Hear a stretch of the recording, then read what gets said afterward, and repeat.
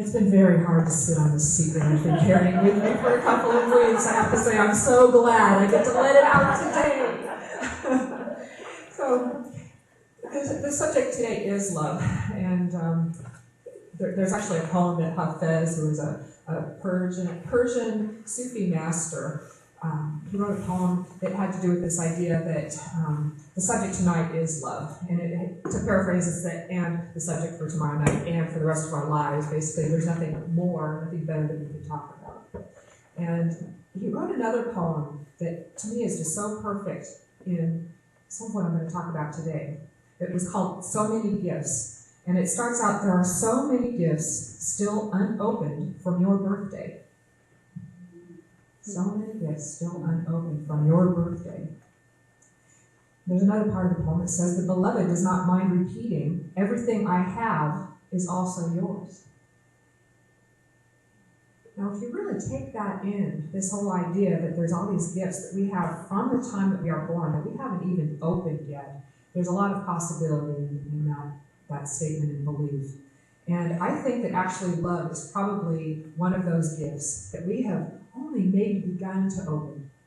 And sometimes what we call love, that romantic, syrupy kind of an emotional thing that is tending to be very conditional, and as long as the other person is doing what we think they ought to do in a way that we can accept them, we feel love for them, but if they do something other than that, then we don't love them so much anymore in that moment. There's all these things that masquerade as love.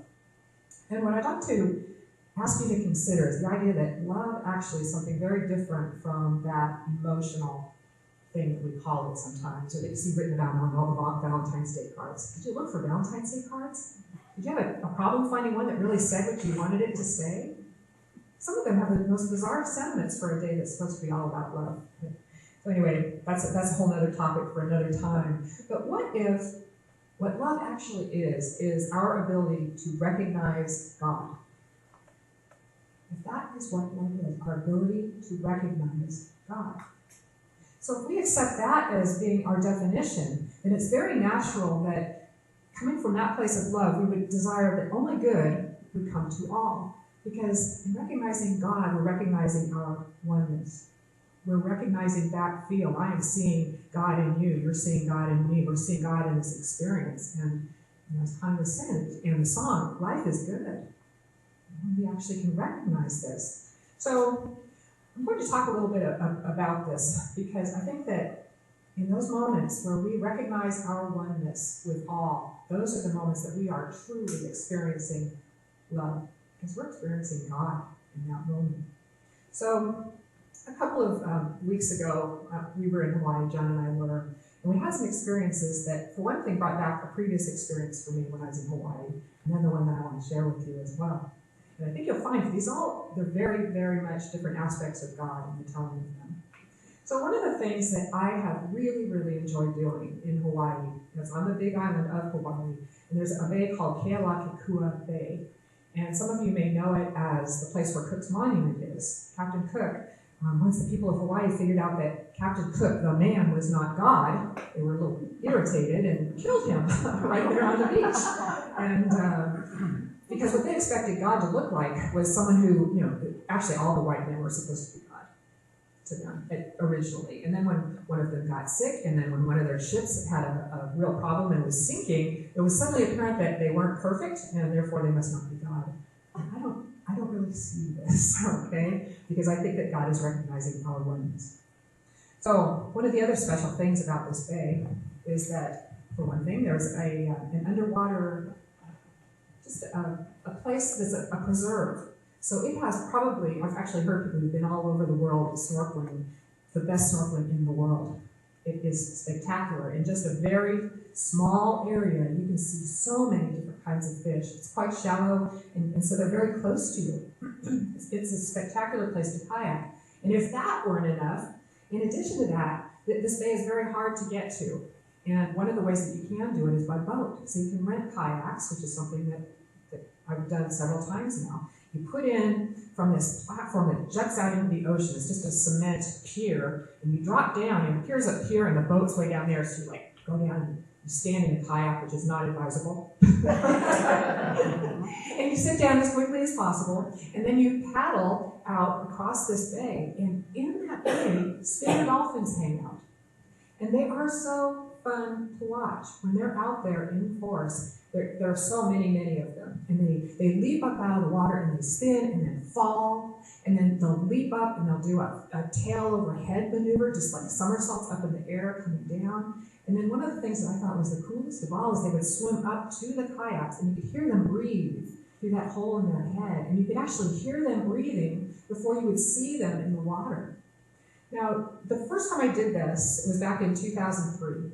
And I was there with my daughter and my brother and his wife, their 3 kids, and my mom and my dad. So we had a little fleet of kayaks and different levels of experience and comfort in the water. And so in my kayak this first time through, there was me, there was my niece who was about 12 to 13 years old, sitting in the middle, and then my daughter in the front.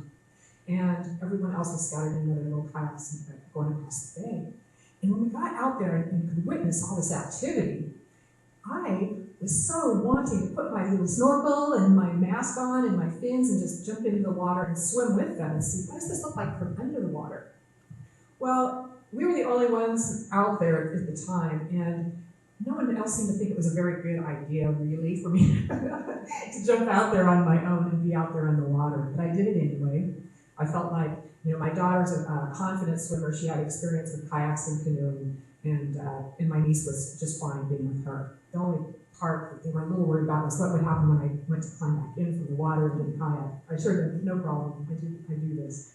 And so when I stuck my head in the water, the experience that I had was something very different from what I'd expected.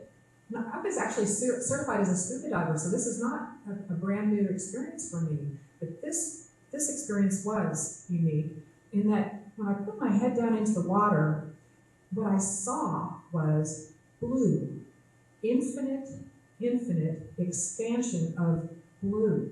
And it was this spectacular color that I could see no boundary, no differentiation, nothing. So it had this appearance that if I really looked, anything could manifest itself from the depths right in front of my eyes. It was just like pregnant with potential. And my ears were down in the water, so what I experienced was the sound of it's just my own breath. Just my own breath. In the midst of all this immensity. So I was just kind of mesmerized by this for a moment, and pretty soon I could hear these voices, what do you see? What do you see? Because they thought probably I was seeing dolphins in life and all the things that you see in the shallows, but I was in the depths. And it was kind of a strange thing, because I was just like hovering over nothingness, but a part of it. So what do you say to that? What do you see? It's like, well, I see nothing, but I see everything. I was having this moment, and they were up, on this level of activity where there's all this hustle and bustle and lights and noise and sound, and all I have to do is put my head down, and there's the depths. So it was just this image that I carried with me, even from that moment. And many times, that image has come back to me as I settle into meditation, because for me, this was just such an experience of my whole body of being just immersed in undifferentiated oneness that was just ripe with potential.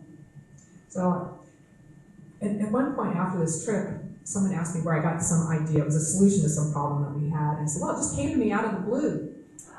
And in that moment, out of the blue, it's like, the blue, that is that expanse, that immensity, that infinite thing that I was immersed in the water. And I experienced the joy of that.